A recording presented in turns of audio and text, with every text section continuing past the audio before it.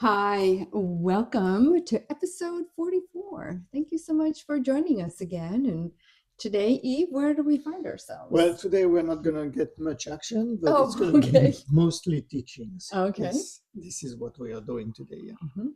So, our disciples, and led by Yeshua, of course, are going to a space which is east of Bethsaida that Yeshua likes very much. It's a little beach where sand is mingling with pebbles and aquatic plants. And in addition to that, there are a lot of bamboos and small tamarisk trees. Oh. Okay, and this What do is those look like? Tamarisk tree. well, we may have to post a Yeah, picture of those I've trees. never Yeah. heard it. Yeah, okay. But anyway, those bamboos and very tall bamboos and tamarisk trees are good because they create a shelter Mm. from the wind but mostly from the curious. Okay. Mhm. Yeah. So this is where the circle of the 108, that is close circle of disciples, 108. It's a lot of people. Yeah, but that's where they are. They are meeting, Yeah. all hoping for seclusion and tranquility. And it's a perfect place in Yeshua's mind, for the souls to mature, and is eager to teach them advanced training. And hopefully that is what we're going to do today. We're going to again convey, one of his teachings. Okay. And some of the souls cannot handle or accept certain teachings, because they are either scared or they are lost or they cannot follow, and we can understand that even today. And quite often, when a soul is drowning in front of the challenge, the easy route is to escape. Yeah, you just say okay, bye bye. It's too hard. Too hard for me. I cannot just do it. Yeah. And for a time, of course, the maturation would catch up later or in another lifetime. So even if you escape, it's going to catch up with you. Yeah. And quite often, Yeshua is taking the group of souls to what he calls, to swim, but actually it's to dive deep. And some cannot just handle it, Well, some can't handle it today either. So yes. I don't know what nothing's changed. I don't know what you are alluding to, but yes. So upon a request of Yeshua, the group had gathered in the evening, and they're going to spend the night and the next day in that place. And Yeshua always enjoyed, having a night under the stars, as it is bringing the serenity required for his teachings, So it's probably also bringing some kind of peace and relaxation, right, which is helping his disciple, disconnect, be able and to appreciate, integrate what he's saying. Yes, exactly. Yeah. So everything started when a woman saw Miriam, the wife of Yeshua, count some coins from a small fabric pouch. So Miriam was counting the coins, and she went ballistic. She said, "I do not understand. The master, who is your husband, is asking us to come here to pray and study. And you count your money. No, I do not understand." Jeez, there's always one in the crowd. Always. And so Yeshua, perceiving this attack and seeing Miriam actually uneasy, and got closer and said, he talked to the woman, "And how do you think we are eating, my sister? Where are coming those fava beans and these breads that we shared a while ago? Who, according to you, was in charge this morning of our supplies, and who paid for them? And where are these few coins coming from so that we can eat tomorrow and the following days?" These are all good questions. Right. And because I'm telling you, between your prayers and your thinking, I'm sure you will be hungry like everybody else. And so that poor woman, realizing, that she went a little bit too far, is so embarrassed that she's trying to touch the feet of Yeshua. Oh. She's really full of shame. And Yeshua looks at her and he recognizes her, and her name is Tisbe.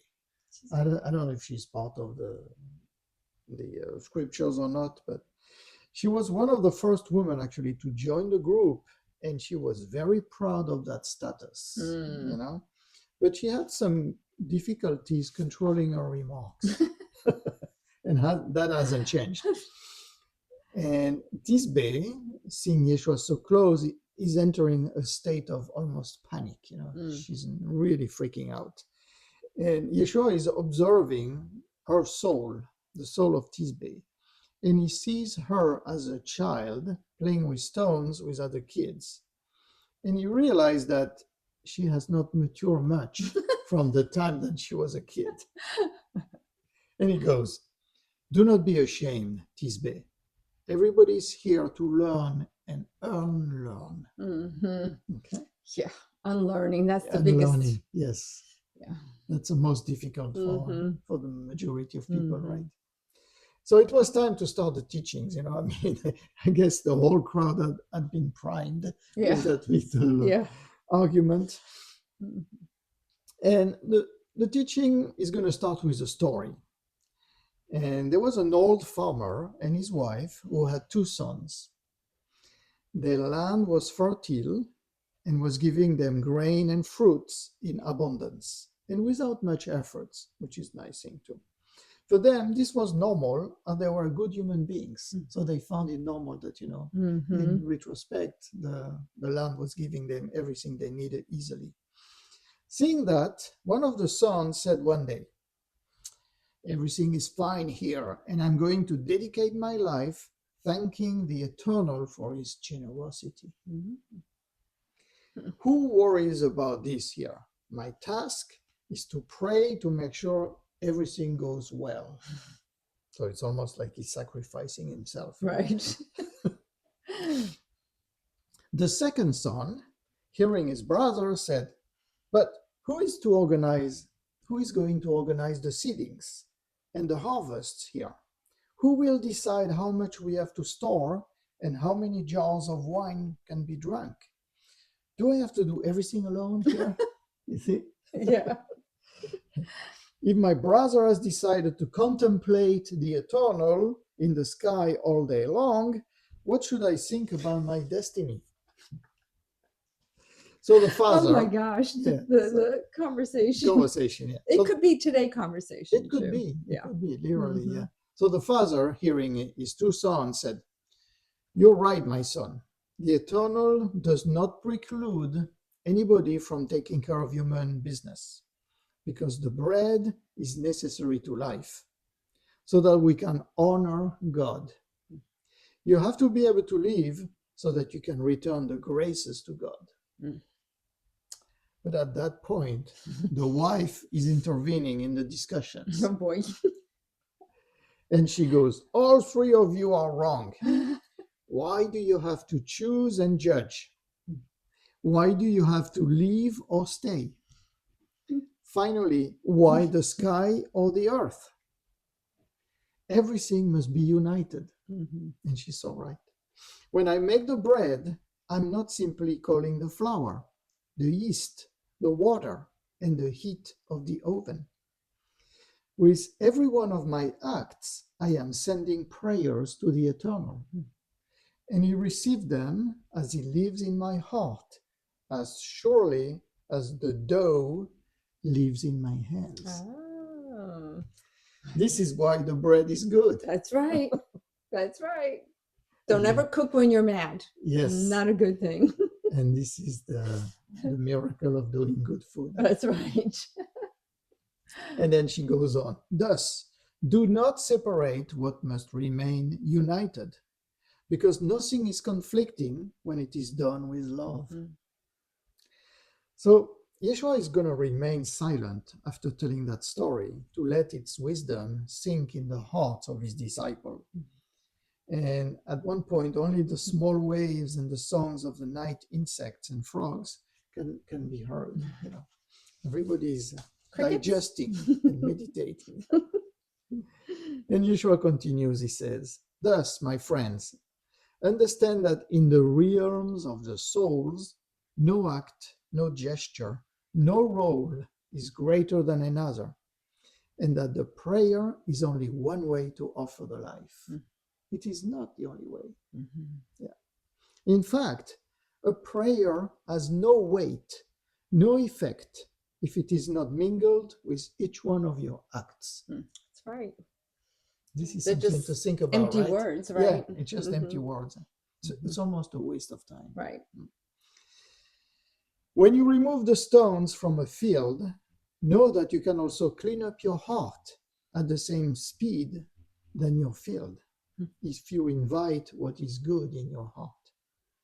Therefore, starting tomorrow, when you will share your meals, do not forget to trace back the chain which has allowed them to be enjoyed by you. Do not forget the coin that allowed to purchase the oil, all the way to the person who created that coin. Then turn your life into a real prayer, an act of your soul to your heart of flesh.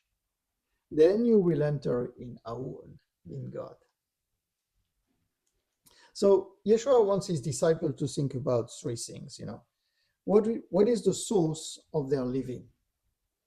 Yeah. Where is all this stuff that they are using, the food, the coins, coming from? Where did they find their sustenance when they were leaving everything behind them to follow their teacher? Right. Was there a fracture between them and their daily needs also? I think it was all being met. Huh? Yeah. So all these are important questions which are always ignored as trivial or of little interest in the context of Palestine, when the spirit is the only thing worth mentioning. Yeah, I mean, when you read the scripture, you never hear about those mundane questions. Right. And they are so important. They're very important. Yeah. It looks like those people, never eat, never sleep, never do anything human, natural, and they all pray and receive teachings. Yeah. No, it's more complicated than that. Yeah. So, yes, Yeshua and the Christic energy living inside him had no problem dirtying his hands when counting a few coins and to look at all the material details that were necessary, to everybody on a daily basis. Right. So where was this money coming from? And nobody knows exactly, but we are going to tell you. For the most part, this money was donations from Uncle Yusuf of Arimathea. Wow. We know he's very wealthy. Right.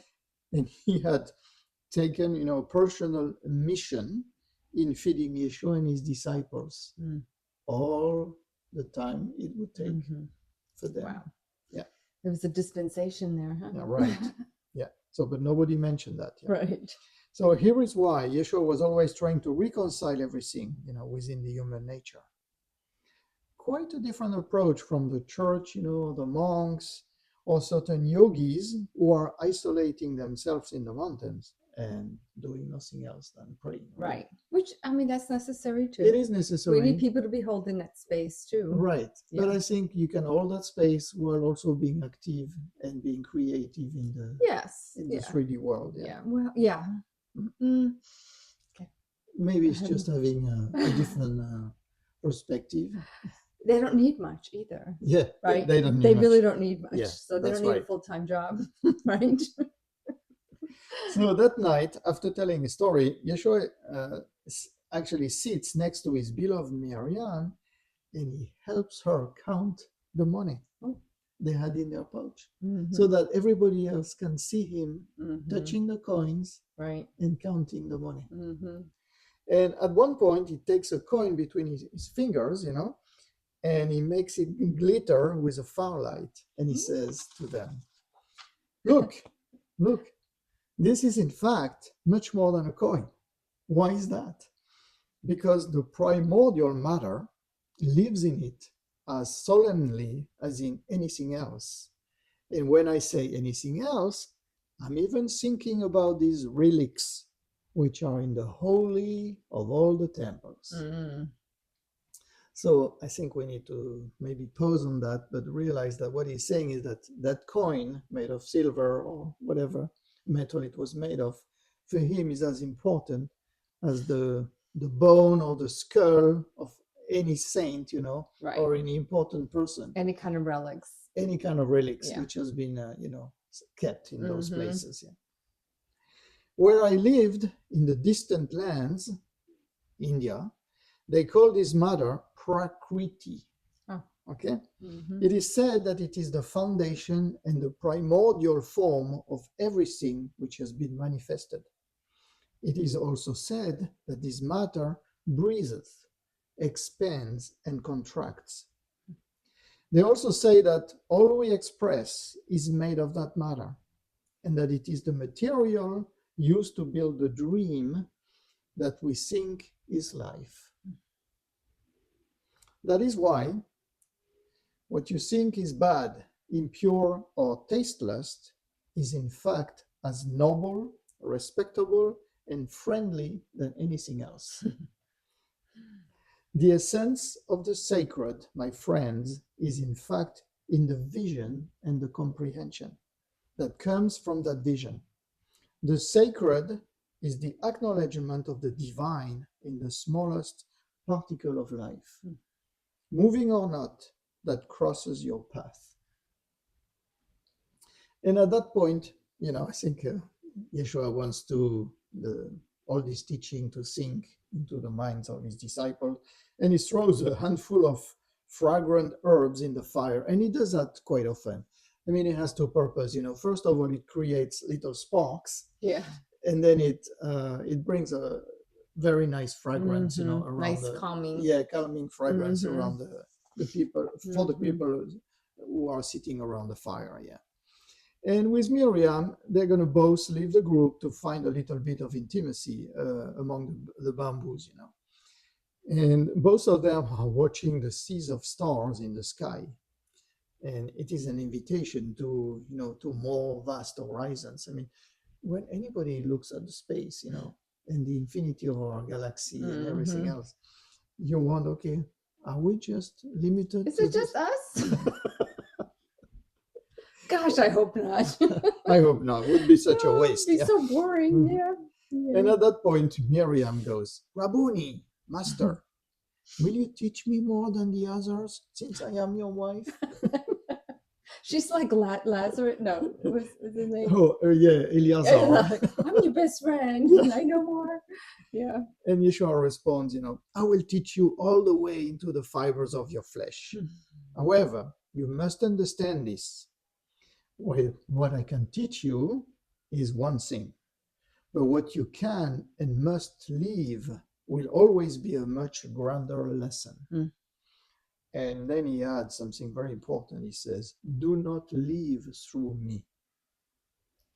And so I'd like to pause on that sentence, and perhaps he had prescience, a little premonition of what was to come. And he knew that Miriam would have to go by herself with a couple of disciples, right, and spread his word and teachings in other lands. Yeah. So she could not simply live through him. And so Yeshua is going to sleep very little on that night, as he normally do, right? And he's wondering, how can you sleep when it is constant daylight inside yourself? So let's not forget that he has this Christic energy inside his heart, right?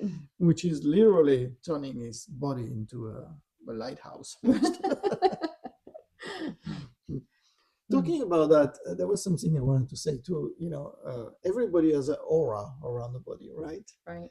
And supposedly the aura of Yeshua could be felt kilometers and miles away. Wow.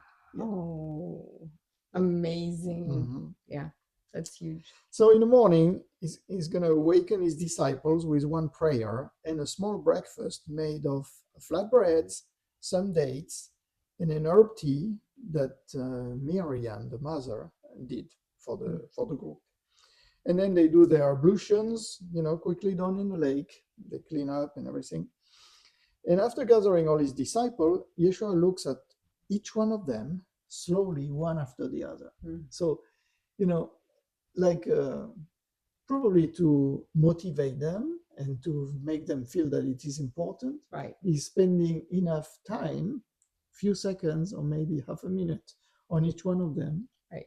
They could feel it. Yeah, exactly. Exchanging it. And then he goes, I am observing you. Can you tell me what you are doing here this morning and who brought you here? And of course, there was no response. It's like a classroom, right? Right. Nobody wants to answer. It could be the wrong answer. Yeah. Yeah. So after a short moment, the voice of Martha, the sister of Eleazar, can be heard, and she says, but to listen to your words, Rabbi, for all the things that you teach us and all the things that bring so much good in us. And Yeshua says, no, you didn't hear me. I did not ask you for whom did you come, but what brought you here. It is not exactly the same thing. I mean to say, are you conscious of the chain of events, causes and consequences that brought you to that beach this morning? It is an extraordinary chain, if you think about it. Yes, I am inviting you to a true quest about the multitude of reasons that you made to be here with me this morning. After hearing that question, of course, Johanna and Eleazar replies, sometimes I wonder, Master. And Yeshua goes, sometimes yes, but your consciousness quickly loses track and stops, all entangled. This is why I'm proposing you a trip inside yourself, a trip to your past on the road that you walked along the years. Oh, so he's doing a regression on Some everybody? kind of regression, yeah. On 108 people? And maybe our audience can also do that. Yeah. For this, you're going to lay down on the sand, close your eyes, and travel back in time from today. You're going to be progressing backwards. You're going to follow the long chain of events that took you here this morning next to me. Ask yourselves how you have known about this assembly, this group. Is it through a friend, through a brother, through myself? How did you meet that person who told you about it? Where were you then and why? Why did you pay attention to it? Right? They could have ignored, the invitation to go to that group or whatever. And then continue backwards. Let all the truth come back to your mind, the choices, the circumstances in your life. Go back as far as you can. Little by little, some elements will come out. What did you decide really on that path? When have you been your own builder of that path, right? Or instead, did you just follow your destiny without thinking about it? Doing this will clean up your past. You will also be aware of your responsibilities and the importance of each one of your choices. Everything, as you can see, has a reason and how it happened.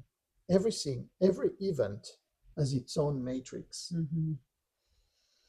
And at that point, I think you have to imagine that all the disciples are laying down on the sand, right? In that little beach. And Yeshua is walking among the group of his disciples. And some are holding hands because they were couples, others just by themselves. And the work of their consciousness and of their hearts is very touching and beautiful to Yeshua. I mean, he sees that as a... He's got a good community there. Yeah, there's love, there's and acceptance. He sees that there's a maturation of the soul and the heart. That's always what he's looking after, And some people start crying with faces appearing from the past, feelings of failures and losses, And Yeshua knows that these tears are cleansing and actually making room for better things to come. Right. So you're right. It's definitely some kind of regression. Oh, yes, definitely regression. Yeah. And, some people may say, oh, he's wondering, he's asking a lot from his, expecting a lot from his disciples. And it's true. Yeshua is expecting a lot. The training is intense and he's expecting from them as much as he was asked for when he was in the Carmel School of Mystery. It's not like he didn't go through it. Yeah, right? exactly. It's like you can go through it. He knows exactly what it is, And after the spiritual exercise, some disciples go bathe in the lake, and it's also time to share some food. And at that point, it's going to be just figs. Okay. And a few disciples are sharing their experiences, and they are recognizing that they have been more of a builder or designer of their path, of their life path, of their destiny than they thought they could do. Oh, yeah. Okay, that was a good. So even during hardship times, they are realizing that they have been weaving the unfolding of that game that we call life. Right. That they are actually the one who did that. And Philip. So they can't be mad at God, right? No. Philip is admitting that until today, he had lived his life almost like a beggar or slumbering, But in fact, after reviewing the events of his life, he realized that he had been steering his boat in a very responsible way. So that's very good. Right. It's empowering, right? Right, it is, yeah. So Yeshua goes, never forget that a wound is more present inside each of you than you are to yourself. And that's something we should be thinking about too, right? And the large group finally, after a while, the teaching is over and they decide to go back to Bethsaida. And Yeshua has a premonition of something happened, he doesn't feel good about. And at a curve on their way back, they meet 4 to 5 people wearing a red bandana on their forehead. Oh boy, sounds like trouble. Yeah, and those are zealots. Oh, okay. Iscaries, Yeah. And they were walking fast as trying to escape an action. And Peter at that point says to Yeshua, I know one of them. It is Eli. They live in the hills. Look, they all have the sika. So the sika is that curved blade, knife. Knife that they carry in their hands. Something must have happened, And Eli stops in front of Yeshua and looks at him with intensity. And he goes, aren't you Yeshua, the rabbi that everybody is talking about? And Yeshua looks at him again. He said, I could be that one, in fact. You would think there was telephones and internet and word gets around without it, right? Yep. And he goes, are you looking for me? And Eli responds, not really tonight, not really. But deep within, yes, for sure. And Yeshua noticed that the group of zealots are sweating profusely, and that their swords have red stains on the blades. Yeah, so that they have been committing some bad crimes. And Yeshua tells Eli, to be honest, my brother, I see blood in you at this moment. And Eli responds, do not take it lightly, Rabbi. Listen, we must leave quickly. But yes, and Yeshua says, yeah, I understand. Meet me in 3 days in the deserted village in the hills. I will wait for you. We will talk as I am looking for you. Yeshua told him he was looking for him too. Yeah. So the zealots are totally surprised by this offer, and quickly leave the group of disciples. And then Peter, Andrew, and Barthélemy, who is kind of the protector of Yeshua, at all time. Secret Service. Secret Service, yeah. They addresses Yeshua and they tell, Master, what are you doing? Those men are dangerous. And Yeshua responds, yes, I know that.